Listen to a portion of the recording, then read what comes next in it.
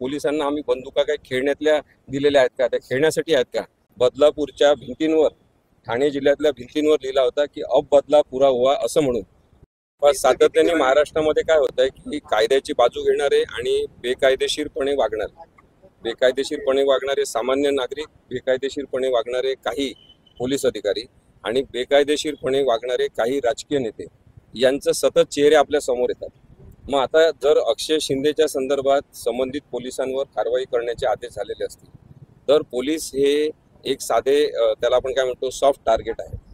पोलिसांवर कुणी दबाव आणला, पोलिसांवर कुणी दबाव आणून अक्षय शिंदेचा एन्काउंटर करायला लावला याची माहिती घ्यावी लागेल आणि त्याचा थेट संदर्भ बदलापूरच्या भिंतींवर, ठाणे जिल्ह्यातल्या भिंतींवर लिहिला होता की अब बदला पुरा हुआ असं म्हणून.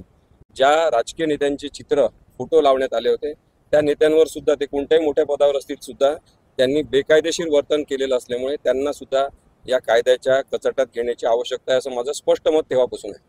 बघा, ज्यांनी अक्षय शिंदेच्या एन्काउंटर नंतर एन्काउंटरचं समर्थन केलेलं आहे ते अत्यंत जुनाट विचारांचे, बेकायदेशीर डोक्याचे आणि कायदा समजून न घेता केवळ सत्ता आपल्या हातात आहे म्हणून सत्ताधीश बनू पाहणारे हुकुमशाही प्रवृत्तीचे जे नेते आहेत त्यांनी अक्षय शिंदेच्या मृत्यूचं राजकारण केलं, भांडवल केलं आणि त्याचं समर्थन सुद्धा केलेलं आहे. ज्यांनी तेव्हा एका महत्त्वाच्या पदावर असताना असं म्हटलं की पोलिसांना आम्ही बंदुका काही खेळण्यातल्या दिलेल्या आहेत का, त्या खेळण्यासाठी आहेत का, असं ज्यांनी म्हटलं असेल त्यांच्यावर, ते काल येऊन गेले कोल्हापुरामध्ये, त्यांच्यावर सुद्धा गुन्हा दाखल झाला पाहिजे असं सुद्धा माझं मत आहे.